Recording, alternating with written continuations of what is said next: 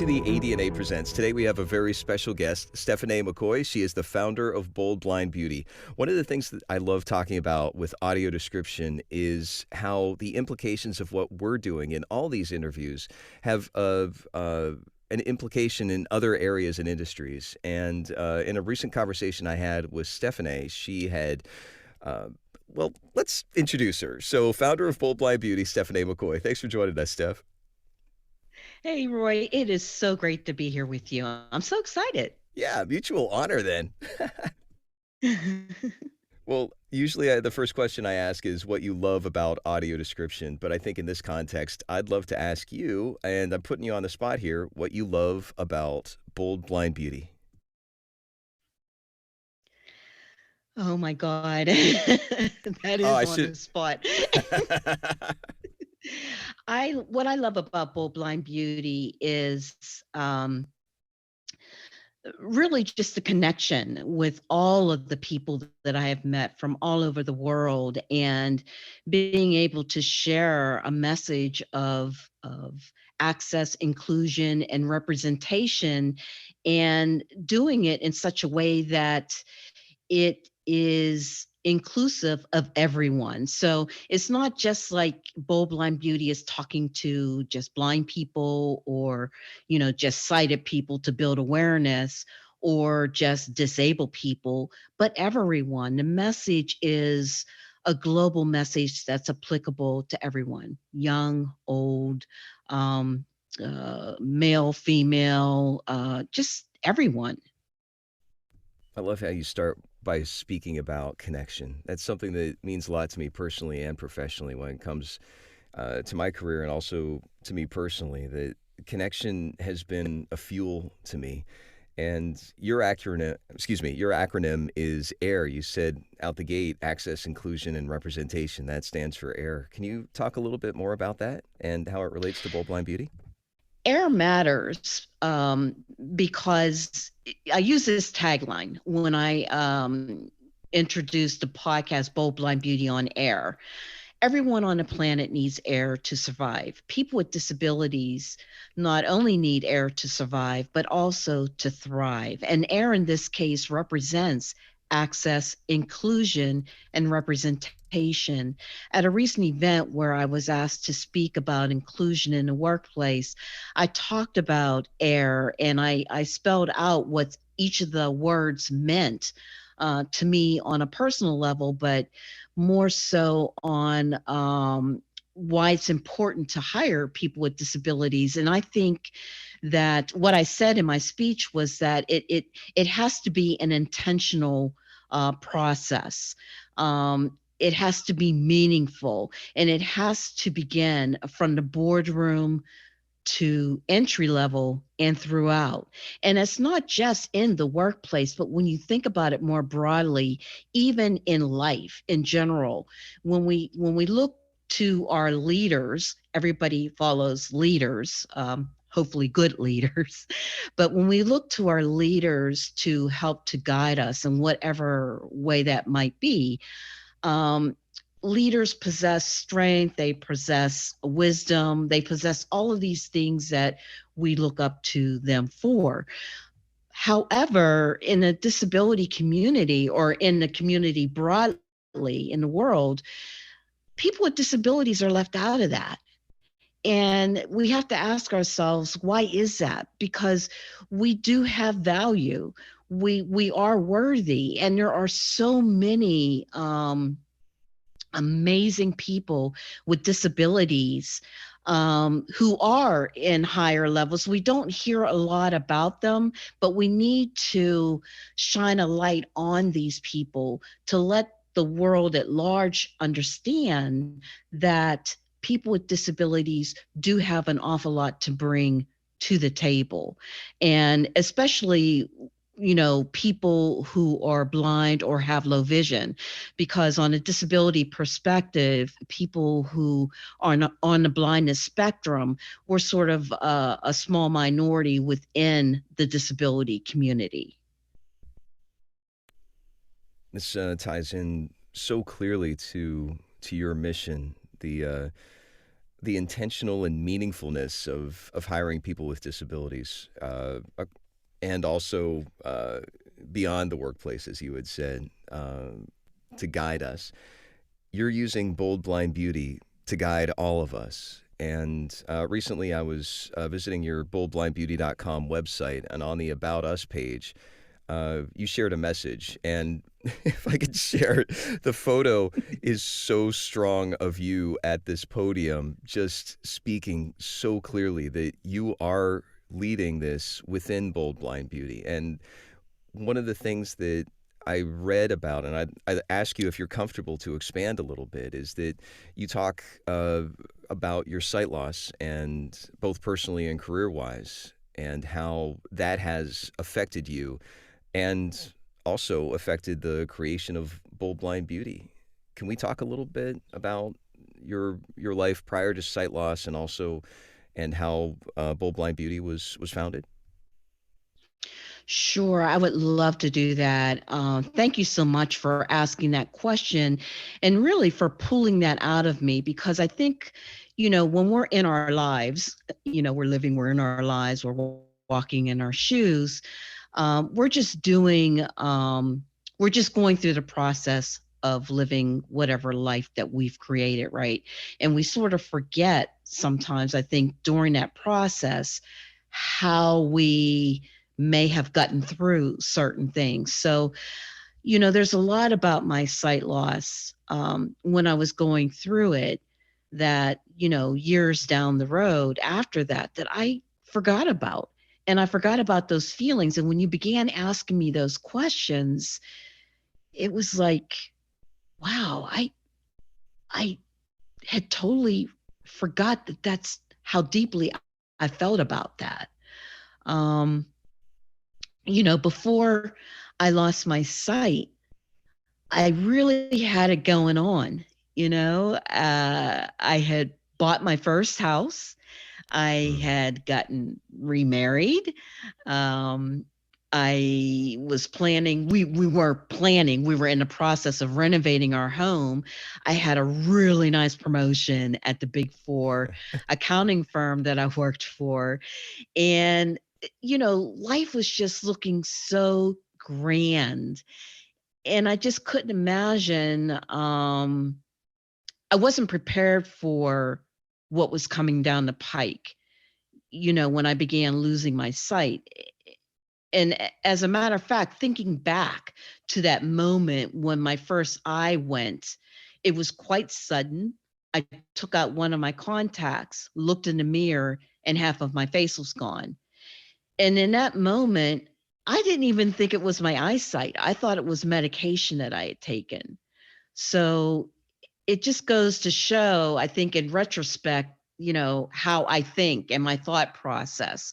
So sort of a learning thing for me. But when you ask me, how I felt and what was that transition like going from, sighted person, successful person to someone now who is dealing with this sight loss and what that felt like, it was illuminating to me because based upon what I knew about blindness, I thought that, I was going to lose my job. I thought that I wasn't going to be able to, obviously drive. I wouldn't be able, all I thought about was all the things I wouldn't be able to do. Because again, I'm going on what I knew, my preconceived notions about blindness and what that meant to me. And I've talked about this before in, other forums. I had to come face to face with my biases about blindness. And it was a very sobering moment for me. Um, when I was in it at that time, I didn't think that I had those biases. I really didn't. But afterwards, I know that I did. And that was something that I had to come to terms with. And I think I think. I know that that was one of the main reasons why I created Bold Blind Beauty. I created it, it was cathartic for me personally. I wanted to share my story, but I also wanted to help other people to understand that we all have these unconscious biases that obviously we don't know we have them because they're unconscious. But then something will happen in our lives to make us aware of it. And then we have to do something about it. And for me, doing something about it was creating Bold Blind Beauty. Thanks for that. It sounds like the feelings that you had talked about. It sounds very, and I'm sure I've read this in or heard this from one of your times at the podium. Something, the feelings of isolation. That there was fear. There was a lot of overwhelm that stopped things that were in their place. And I don't, Oh like you my said, you don't want to gosh. focus on it, but it's like that was a part of it because of It was real. yeah. It was very real. And it was something that I would have these anxiety attacks, these panic attacks, because this was something I had no control over. Everything I looked at, because I had residual sight, some residual sight, and that's what people don't understand. Blindness is not seeing or not seeing. It is a spectrum. And I was in sort of the middle of that spectrum at the time that I began losing my sight. So everything I looked at was distorted. Um, it I couldn't trust what I was seeing. And to give you an example of that, this morning when I Hmm. walked my dog, um, I'm walking her and I happened to look up on the hillside and I noticed what I thought was a person walking on the hill. And during this time of the morning, I typically don't see that. So as we got closer, the person that I thought was walking actually ended up being a flag that was on one of the parked vehicles. Mm-hmm. My eyes translated that flag to a moving person. And that's just an example, one example of how my brain translates some of the things that I see. So when I was in the early stages of my sight loss, I was fearful all the time, 24/7, just fearful. And I was also fearful of losing even that, distortion that I had. It was like, how am I going to function if I can see nothing? If it's this bad, seeing what I'm seeing, what's that going to look like if I can see nothing? Thanks for sharing that. Yeah. The things that are coming out here is that you are, from my perspective, both personally and professionally, someone that is very uh, incredibly thoughtful. That when it comes to the biases that you've mentioned, that those are removed when it comes to talking. And I've seen you talk with others as well. That this is just a part of you. That you are that empowered leader, and you always have been. That this is very front and center in Bold Blind Beauty. If I could ask, and I hope you see where I'm leading with this question. I don't want to focus on the negative here, but during your initial experience of sight loss, I was wondering about your family and friends and their experience and what was there for you and how that relates to Bold Blind Beauty. If we can talk about that. Sure. And thank you for asking that question. Um, the isolation that you mentioned a little bit ago before I answered the last question, that was something that was front and center for me. Even though I was among family and friends, because during that time, I didn't do so well being alone. Even though I'm a loner, I just didn't do so well being alone because I was just so afraid. I had these people that were around me, at home and at work, friends and family. They all cared about me, but none of them could understand what I was going through because, this was something that none of them had ever experienced. They all expressed just being, how sorry they felt that, I was experiencing this. But I couldn't even, it was so bad, I couldn't even explain to them. I couldn't properly articulate what I was feeling. There was a gentleman at work, one of my managers, who was legally blind, and I worked for him for, gosh, I want to say, what, 6, 7 years or something before I got my promotion. And, I knew that he was legally blind. We never talked about it because he always just came in, did his job, and, go home just like everybody else. So when I started going through my sight loss and I had all these people around me, I just, I felt sort of almost otherworldly, like I didn't fit in anymore. I didn't Mm. understand my place in the world. And I couldn't even talk with him about it.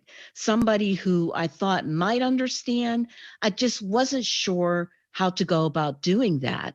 One of the things that I did was I tried to look for a support group. I found none. Mm. I needed therapy. I tried to find somebody who was blind or had low vision as a therapist. There weren't any in my area. So I had to go to someone who was sighted. And she was good. She helped me, but I still felt like I wanted somebody that I could relate to or who could relate to me and my experience. Um, and I did find it eventually. I found a group, which is a sort of subsidiary of the American Council of the Blind here in Pittsburgh, a local group. And it was through, joining that group and really fully immersing myself in the blindness community. That was when I had this turnaround.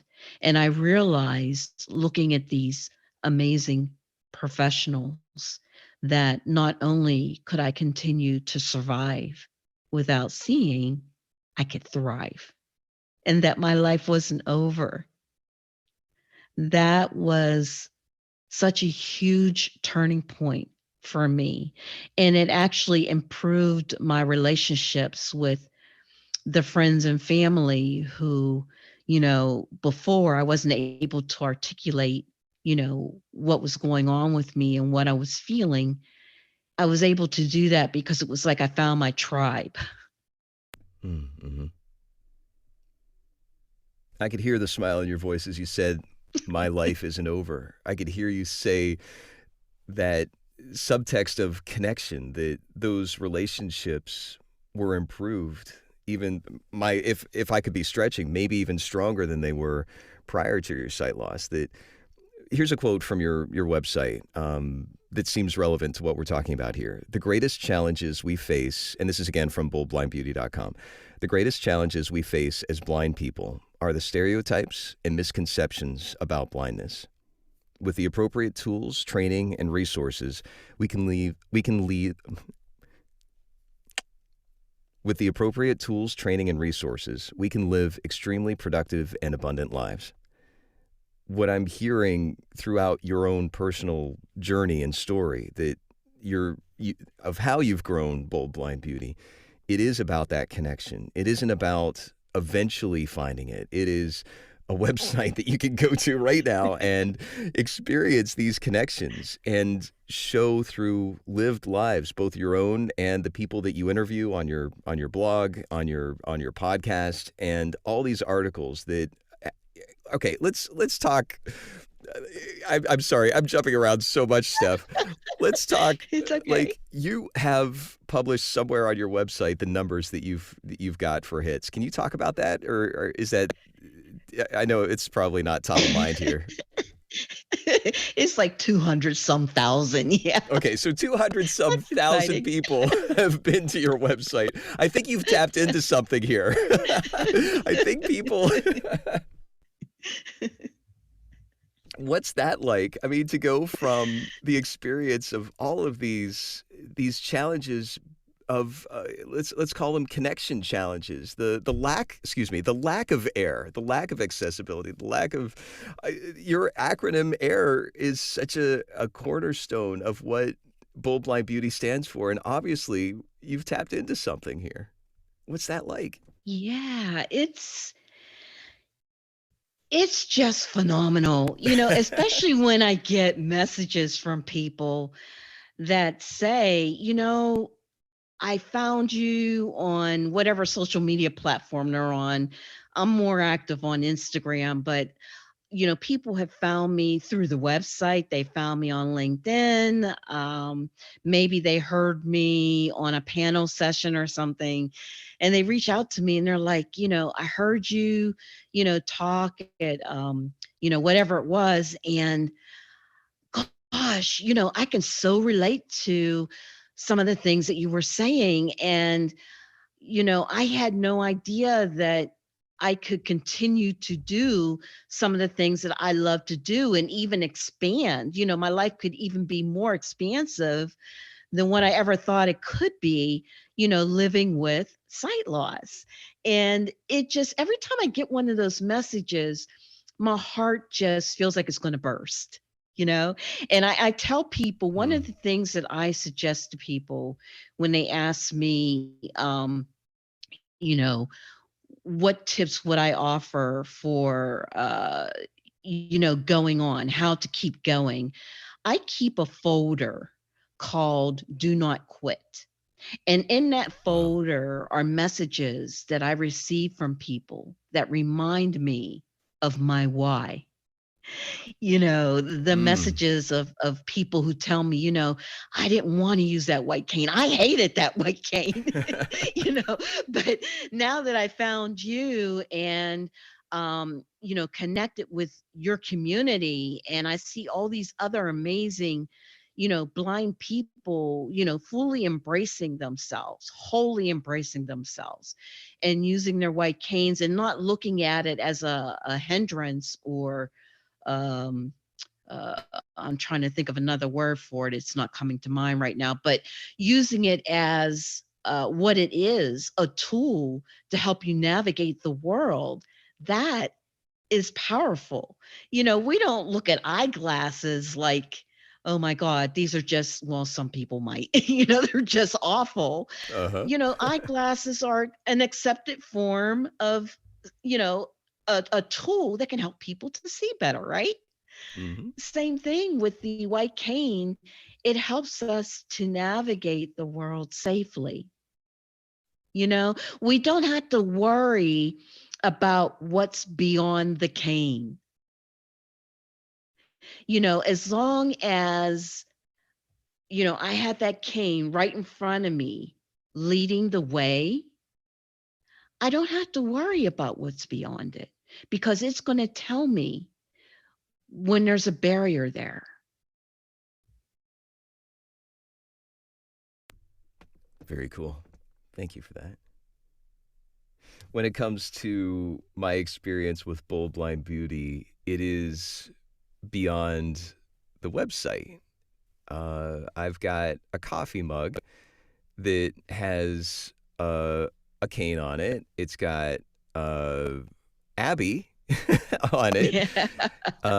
So Abby is would you introduce us to Abby? Who's Abby? Who's Sure, Abby? sure. Abby is a figment of my imagination. I actually had I put out a post requesting designers to create her for me. And this one designer, I never met her in person. We worked virtually. She's from Philadelphia. She sent me several samples, and the one I chose is the one that's on the website. And she's just fabulous. She's stylish. She knows how to dress. She wears heels. She carries colored canes or blinged out canes. She's confident. She's beautiful. She's intelligent, and she lives her life without limits. She believes that anything is possible. Even her name is significant because the full spelling of her name is Abigail, but it's not spelled the regular way you spell it. It's Abigale. ABI is short for abilities, and Gale, Gale, is short for the nightingale bird. The nightingale bird is just a small, brown, ordinary bird. When you look at it, you would think nothing of it. There's nothing spectacular about it. But the moment that bird sings, ooh, it has a beautiful voice. So, things aren't always what they might appear to be. And I think that's what Bold Blind Beauty really represents. That's why our mission, improving humanity by changing the way we perceive one another, is so broad, because we can't just, meet a person or look at a person and think that we know their whole story. We just can't. There's so much breadth and depth to people. If we just give ourselves a chance to get to know them and listen to them. So stop, listen, and learn.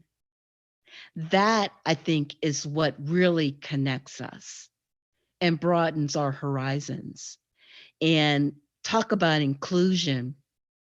I can think of no better way than to be inclusive than to do just that, to stop, listen, and learn. Wow. There is so much here. Thank you for this. The stop, listen, and learn. I'm soaking in it. And I gotta say, no idea about Abby's name. I feel like we just uncovered this delicious Easter egg. Like we just saw the director's cut of something that we all just are, oh my gosh, did you hear? Did you hear what Stephanae said about Abby stands for abilities in Nightingale Bird? Listen to this. This is so great. Is there anything else you'd like to share with our audience? Oh gosh, just one thing. Sure. Betty. You know, I've lived my life believing that anything is possible. I really have. However, when I began losing my sight, that stumped me. It really did. And for a moment, I thought it was going to take me out of action. But once I stopped, listened, and learned, my life opened up. I said on my website that, you know, my sight loss, it it was hard. It was, but since losing my sight, my clarity has increased exponentially. And for this, I'm so grateful. Thank you. Thank you for sharing all of this. How can we You're follow you? You welcome. mentioned Instagram, the website. Yes. Okay, so Instagram, the website, Facebook, YouTube, and our podcast, Bold Blind Beauty on Air, which can be found on YouTube and on any of your favorite podcast platforms. Bold Blind Beauty on Air. All of our other socials are Bold Blind Beauty. Thanks for that. And again, the podcast name itself, Bold Blind Beauty on air. There's that acronym AIR coming in again. You're so playful with language. It's like there's so many these kind of discoveries are just so delightful, and they're sprinkled throughout your content, and it's so exciting to stumble on them and to see how you weave it in and tell this story of inclusion, and this is just great. I'm so glad to have interviewed you. Thank you for your time here, Steph. Thank you for the interview, Roy. It's always a joy talking with you.